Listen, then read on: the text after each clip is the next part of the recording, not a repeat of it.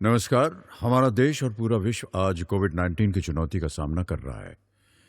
कोविड-19 अभी खत्म नहीं हुआ है। ऐसे में हमारा फर्ज है कि हम सतर्क रहें। इसलिए जब तक दवाई नहीं तब तक कोई ढिलाई नहीं। कोरोना से बचाव के लिए जरूरी है नियमित रूप से हाथ धोना, मास्क पहनना और आपस में उचित दूरी बनाए रखना। याद रखिए, 2 गज दूरी मास्क है जरूरी। खांसी, बुखार या सांस लेने में कठिनाई होने पर हेल्पलाइन नंबर 1075 पर संपर्क करें। Good morning students.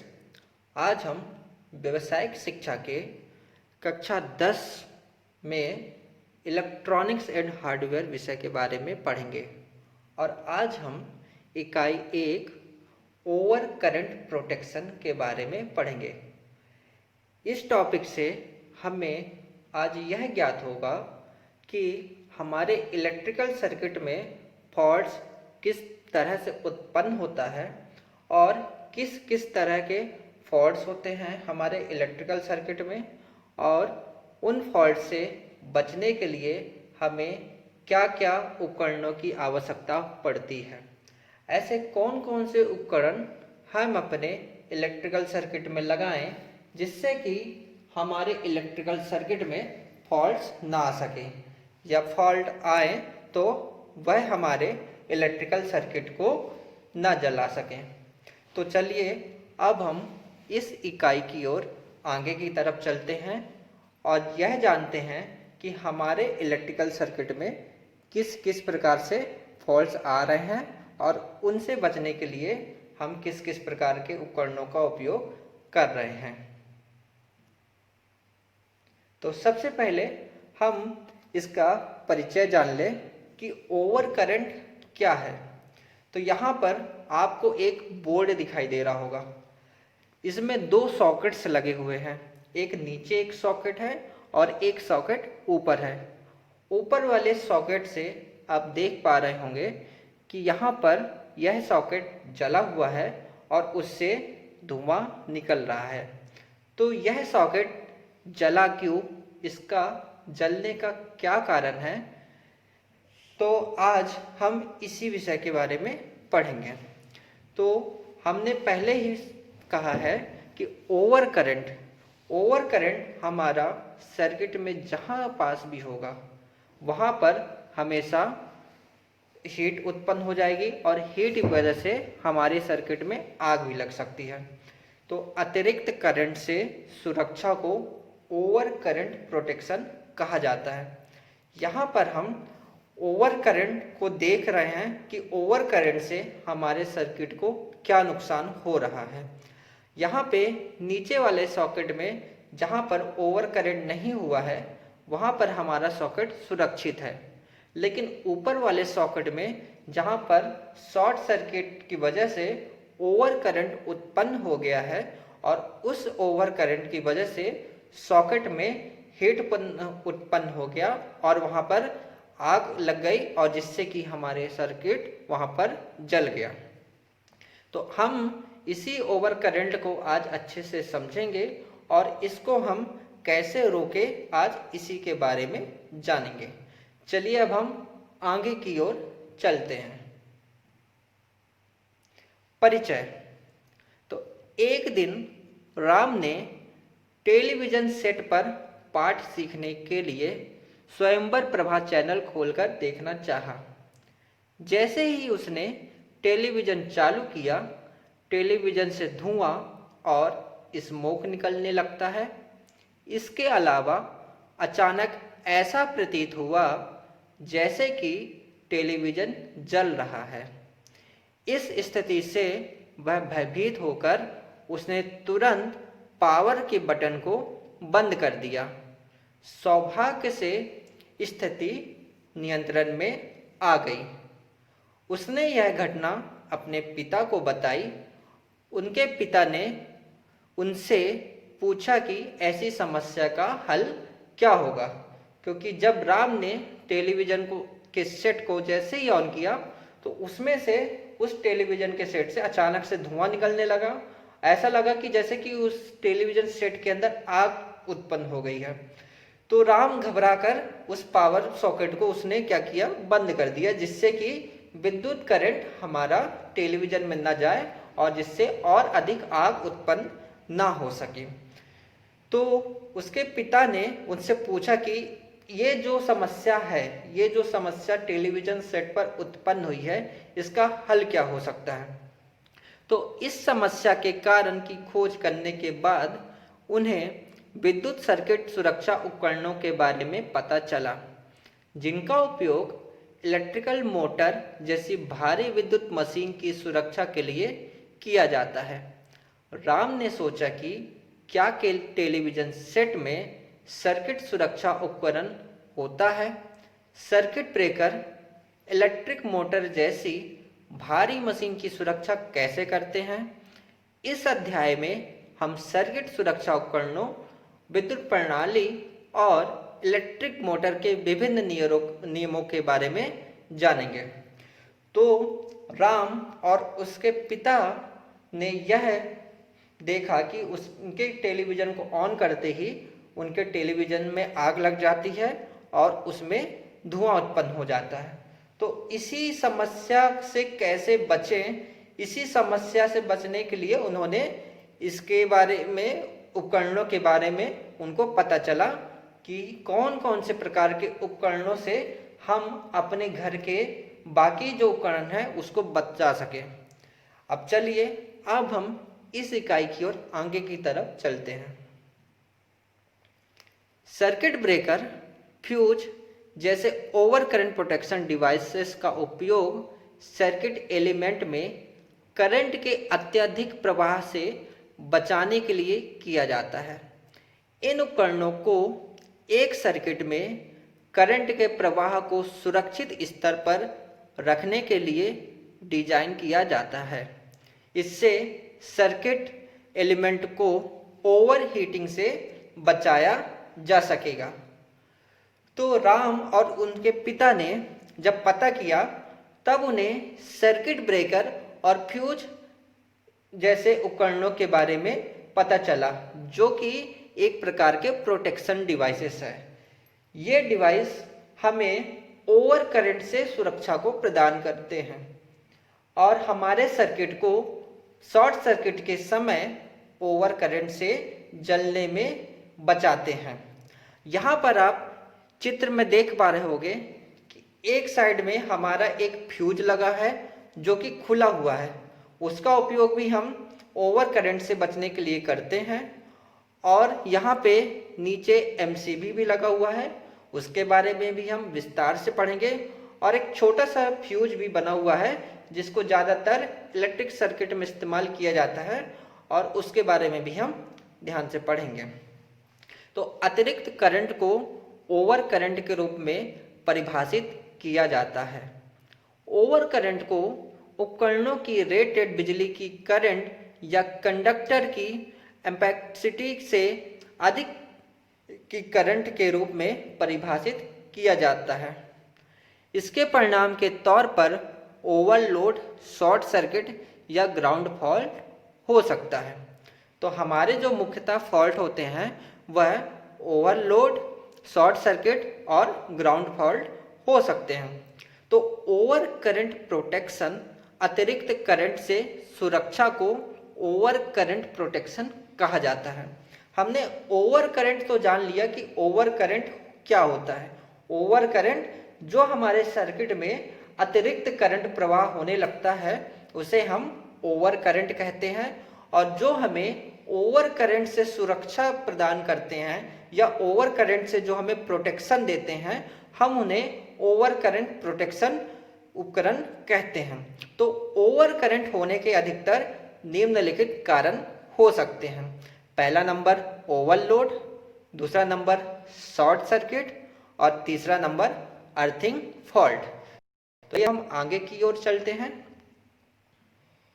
Over current होने के कारण, ओवर करंट होने के मुख्यतः 3 कारण हैं। पहला ओवरलोड, दूसरा शॉर्ट सर्किट और तीसरा अर्थिंग फॉल्ट। इन तीनों कारणों के बारे में अब हम ध्यान से पढ़ेंगे। हर एक कारण को हम ध्यान से समझेंगे कि हर एक कारण जो भी है वो किस वजह से उत्पन्न होता है और उसका हम समाधान कैसे कर सकते हैं, उसको हम कैसे कम कर सकते हैं। तो सबसे पहला नंबर है ओवरलोड। तो ओवरलोड एक अधिभार या ओवरलोड तब होता है जब बहुत सारे उपकरणों को एकल पावर सर्किट का उपयोग करके चलाया जाता है। यहाँ पे आप चित्र में देख पा रहे होंगे कि यहाँ पे एक जो पावर सॉकेट है उसमें कई प्लग्स को लगाया गया है, जिसमें विद्युत ऊर्जा जो है बहुत ज़्यादा प्रवाहित हो रही है अलग अलग उपकरणों में। इसी की वजह से यहाँ पे ओवरलोड हो जाता है। तो एक अधिभार या ओवरलोड तब होता है जब बहुत सारे उपकरणों को एकल पावर सॉकेट का उपयोग करके चलाया जाता है या विद्युत उपकरणों को जिस काम के लिए डिजाइन किया गया है उससे अधिक काम लिया जाता है। उदाहरण के लिए 10 एम्पीयर के लिए रेट की गई मोटर ओवरलोड होने की स्थिति में 20, 30 या अधिक एम्पीयर को खींच सकती है। यदि अलग अलग लोड के उपकरण जैसे वॉशिंग मशीन, दीपक, रेफ्रिजरेटर, इलेक्ट्रिक केतली, माइक्रोवेव ओवन, जूसर और कई और बिजली के उपकरण एक ही साथ उसी मीटर से जुड़े हुए होते हैं तो वहां पे ओवरलोड उत्पन्न हो सकता है। जैसे कि आप इस चित्र में देख पा रहे होंगे कि एक सर्किट से कई सारे उपकरणों को जोड़ा गया है, जिसकी वजह से यहाँ पे ओवरलोड उत्पन्न हो जा रहा है। चलिए अब हम आगे की ओर चलते हैं। Short circuit. एक शॉर्ट सर्किट तब होता है जब लाइन टू लाइन एवं लाइन टू न्यूट्रल के बीच में एक सीधा लेकिन अनजाना सा एक कनेक्शन बन जाता है, तो वहां पे शॉर्ट सर्किट उत्पन्न हो जाता है। इस चित्र में आप देख पा रहे होंगे कि यहाँ पे एक फेज की तार है और एक न्यूट्रल की तार है, और ये फेज और न्यूट्रल की तार आगे जाकर आपस में गलती से टच हो रही हैं, जिसकी वजह से यहाँ पे इसके चारों ओर हीट उत्पन्न हो रहा है, और ये हीट ओवर करंट की वजह से उत्पन्न हो रहा है। क्योंकि जब भी फेज की तार और न्यूट्रल की तार आपस में टच होती हैं तो यहाँ पे करंट की मात्रा बहुत ज़्यादा बढ़ जाती है और सर्किट में हीट उत्पन्न हो जाता है। चलिए अब हम आगे की ओर चलते हैं। अब यहाँ पे आप देख पा रहे होंगे कुछ चित्रों को। यहाँ पे देखिए सबसे ऊपर एक बल्ब लगा है, उसमें जो लाइव वायर है और जो न्यूट्रल की वायर है वो आपस में टच हो रही है, तो वहाँ पे स्पार्क उत्पन्न हो रहा है। नीचे भी एक चित्र के माध्यम से समझाया गया है कि लाइव वायर और न्यूट्रल वायर जब आपस में टच हो रही है तो वहाँ पर भी स्पार्क उत्पन्न हो रहा है। और नीचे एक नॉर्मल सर्किट कनेक्शन को और एक शॉर्ट सर्किट से उत्पन्न हुए फॉल्ट को अलग अलग करके दिखाया गया है। चलिए अब हम आगे की ओर चलते हैं। Earthing fault. एक अर्थिंग फॉल्ट तब होता है जब विद्युत करंट एक चालक से विद्युत करंट के प्रवाह के पथ में प्रवाहित होता है। हमारा जो सर्किट है, हमारे सर्किट में करंट तो फ्लो होता ही है, लेकिन जब भी करंट को एक आसान सा रास्ता मिल जाए तो वह आसान से रास्ते में चलना प्रारंभ करती है। अर्थिंग फॉल्ट तब उत्पन्न होता है जब सर्किट में जो करंट है वह फेज के अलावा उसकी बॉडी में जाकर बहने लगे। वह किसी भी कारणवश बह सकता है, जैसे कि लाइव वायर हो सकता है उसकी बॉडी से टच कर रही हो, या लीकेज करंट सर्किट में बह रहा हो, इसकी वजह से वहाँ पे बॉडी में करंट बहने लगता है। और यदि कोई मानव जाकर वहाँ उसकी बॉडी को टच करेगा तो उस करंट को एक आसान सा रास्ता मिल जाता है ग्राउंड में जाने के लिए, और वह आपकी बॉडी से होते हुए ग्राउंड में चला जाता है। इसलिए अर्थिंग फॉल्ट से बचने के लिए हम कोई भी उपकरण की या कोई भी सर्किट में एक तार उसकी बॉडी से जोड़कर उसको डायरेक्ट ग्राउंड करते हैं, जिससे कि जो भी हमारा अधिक करंट उत्पन्न होता है वह आपकी बॉडी से न जाकर वह अर्थिंग वायर के थ्रू जाकर ग्राउंड में जाए। चलिए अब हम आगे की ओर चलते हैं। Over current protection devices. तो इलेक्ट्रिक फ्यूज और एमसीबी यहाँ पर ओवर करंट प्रोटेक्शन डिवाइसेस के रूप में बहुत ज़्यादा इस्तेमाल किए जाते हैं। तो विद्युत और इलेक्ट्रॉनिक बाजार में विभिन्न प्रकार के अति सुरक्षा उपकरण उपलब्ध है। दो सबसे आम सुरक्षा उपकरण फ्यूज और सर्किट ब्रेकर है। हमारे घर में आमतौर पर इस्तेमाल होने वाला एक सर्किट ब्रेकर लघु सर्किट ब्रेकर या एमसीबी है। इलेक्ट्रिकल और इलेक्ट्रॉनिक बाजार में विभिन्न प्रकार के ओवर करंट संरक्षण उपकरण उपलब्ध है। दो सबसे आम सुरक्षा उपकरण फ्यूज और सर्किट ब्रेकर हैं। हमारे घर में आमतौर पर इस्तेमाल होने वाला एक सर्किट ब्रेकर लघु सर्किट ब्रेकर या एमसीबी होता है। तो इलेक्ट्रिक फ्यूज का आविष्कार 1890 में अमेरिकी वैज्ञानिक थॉमस अल्वा एडिसन ने किया था। तो ओवर करंट सुरक्षा उपकरणों के प्रकारों को हम यहाँ पे अब अच्छे से पढ़ेंगे और समझेंगे। Over current protection devices. तो विद्युत और इलेक्ट्रॉनिक बाजार में विभिन्न प्रकार के अति सुरक्षा उपकरण उपलब्ध हैं। दो सबसे आम सुरक्षा उपकरण फ्यूज और सर्किट ब्रेकर हैं। हमारे घर में आमतौर पर इस्तेमाल होने वाला एक सर्किट ब्रेकर लघु सर्किट ब्रेकर या एमसीबी है। मतलब कि हम अपने घरों में ज़्यादातर फ्यूज का और एमसीबी का उपयोग ही करते हैं। क्योंकि फ्यूज का इस्तेमाल पहले बहुत किया जाता था, लेकिन आजकल एमसीबी का इस्तेमाल हम ज़्यादा करते हैं। क्योंकि एमसीबी जो हमारा है वो मैनुअली के साथ साथ ऑटोमेटिकली भी काम करता है। चलिए अब हम आगे की ओर चलते हैं। फ्यूज, जैसा कि मैंने आपको बताया कि इलेक्ट्रिक फ्यूज का आविष्कार 1890 में अमेरिकी वैज्ञानिक थॉमस अल्वा एडिसन ने किया था।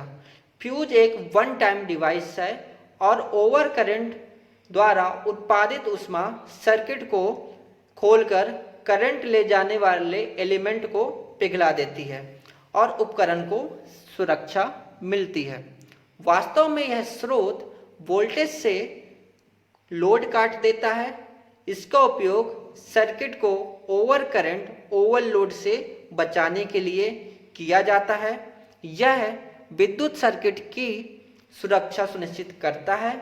बाजार में mini fuse, SMD fuse, cottage fuse जैसे कई प्रकार के फ्यूज उपलब्ध हैं। आमतौर पर जो हमारा फ्यूज काम करता है, हम उसमें इनपुट में एक वायर देते हैं और आउटपुट में वो वहाँ से एक वायर निकलता है, और बीच वाले वायर में हम जब भी हमारा ओवर करंट होता है तो ओवर करंट होने की वजह से फ्यूज के अंदर एक पतला तार लगाया जाता है। उस पतले तार से हम करंट को इनपुट से आउटपुट की ओर भेजते हैं। लेकिन जब भी शॉर्ट सर्किट होता है तो वह पतला तार अधिक करंट होने की वजह से जल जाता है और हमारा करंट वहीं पे रुक जाता है। चलिए अब हम आगे की ओर चलते हैं। तो यहाँ पे आप फ्यूज का एक चित्र देख पा रहे होंगे। यह जो फ्यूज है, इसमें हम फ्यूज एलिमेंट में देखिए एक पतला सा तार लगा के रखे हैं, और फ्यूज बॉडी वाले साइड में हम फ्यूज एलिमेंट के दोनों कैरियर को लगा लेते हैं, और फ्यूज बॉडी के ऊपर वाली साइड से हम इनपुट वाली तार को देते हैं और वहां से नीचे वाली से आउटपुट की तार निकलती है, और जिससे हमारा जो करंट है इनपुट से होकर आउटपुट की ओर जाता है, सिर्फ और सिर्फ इस पतले तार की वजह से। यह पतला तार शॉर्ट सर्किट के द्वारा उत्पन्न हुए ओवर करंट को ले जाने के लिए नहीं बना होता। जब भी इसमें ओवर करंट उत्पन्न होता है तो यह तार गर्मी की वजह से जल जाता है। चलिए अब हम आगे की ओर चलते हैं। फ्यूज का निर्माण। आमतौर पर फ्यूज के दो भाग होते हैं, एलिमेंट और फ्यूज बॉडी। एक फ्यूज एलिमेंट कम गलनांक और उच्च संवेदनशील प्रतिरोधकता सामग्री से बना होता है, जबकि फ्यूज बॉडी गैर दहनशील सामग्री से बनी होती है। फ्यूज बॉडी पर फ्यूज एलिमेंट फिट होता है। यह शॉर्ट सर्किट से बचाने के लिए और करंट में एक सर्किट में जुड़ा हुआ है। चलिए अब हम आगे की ओर चलते हैं। फ्यूज का कार्य सिद्धांत। जैसा कि मैंने आपको बताया है पहले कि फ्यूज में एक पतली तार लगाई जाती है जो इनपुट की तार को आउटपुट की तार से जोड़ता है। जब भी इसमें ओवर करंट होता है तो ओवर करंट की वजह से यह पतला तार जल जाता है। तो फ्यूज का कार्य सिद्धांत करंट के ताप प्रभाव पर आधारित होता है, यानी जब भी कोई शॉर्ट सर्किट करंट बेमेल लोड कनेक्शन होता है तो फ्यूज के अंदर पतला तार पिघल जाता है, क्योंकि इसके माध्यम से प्रवाहित होने वाली बिजली की करंट से भारी गर्मी उत्पन्न होती है। अब यहाँ पे आप एक चार्ट देख रहे होंगे, यहाँ पे मेटल एक साइड पे लिखा है और एक साइड में डिग्री सेंटीग्रेड में पिघलने वाले बिंदु लिखे हुए हैं। तो ये हम अलग अलग धातु से हम जो भी फ्यूज तार को बनाते हैं तो उनके गलनांक की यहाँ पे रेटिंग दी गई है कि कौन सी धातु में कितने डिग्री सेंटीग्रेड में वो पिघल जाता है। जैसे सिल्वर के लिए 980 डिग्री सेंटीग्रेड, टिन के लिए 240 डिग्री सेंटीग्रेड, जिंक के लिए 419 डिग्री सेंटीग्रेड, कॉपर के लिए 1090 डिग्री सेंटीग्रेड और एल्यूमिनियम के लिए 666 डिग्री सेंटीग्रेड। हम ज़्यादातर इन्हीं धातुओं का उपयोग करते हैं अपने इलेक्ट्रिक सर्किट के वायर को या कंडक्टर को बनाने के लिए। चलिए अब हम आगे की ओर चलते हैं। फ्यूज का कार्य सिद्धांत।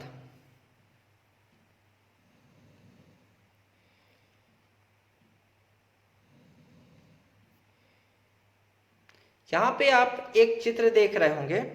यहाँ पे इस चित्र में एक साइड में खुला हुआ फ्यूज लगा हुआ है और एक साइड में बंद फ्यूज लगा हुआ है। हम खुले हुए फ्यूज के दोनों साइड में ऊपर और नीचे तारों को लगाते हैं। इसमें तारों को लगाने से यह इनपुट और आउटपुट वाली तार से जुड़ जाते हैं, और जब हम इसमें तार को लगा देते हैं तब हम इस फ्यूज को इसके दूसरे सॉकेट से जोड़ देते हैं। सॉकेट से जोड़ने के बाद यह इनपुट वाली तार और आउटपुट वाली तार दोनों आपस में जुड़ जाते हैं, और जैसे ही ये दोनों तार आपस में जुड़ गए तो सर्किट पूरा हो जाता है और करंट इनपुट से निकलकर आउटपुट की ओर बहने लगता है। यहाँ पे इसको बाहर निकाल देने से यहाँ पे सर्किट रुक जाता है, क्योंकि इसको बाहर निकालने से हम जो फ्यूज कैरियर के लिए जो पतला सा तार इस्तेमाल कर रहे हैं जिससे हम करंट को भेज रहे हैं, वो तार ये दोनों अलग हुए लिड से बाहर निकल जाते हैं, और जब हम इसको लगाते हैं तभी जाकर ये जुड़ते हैं।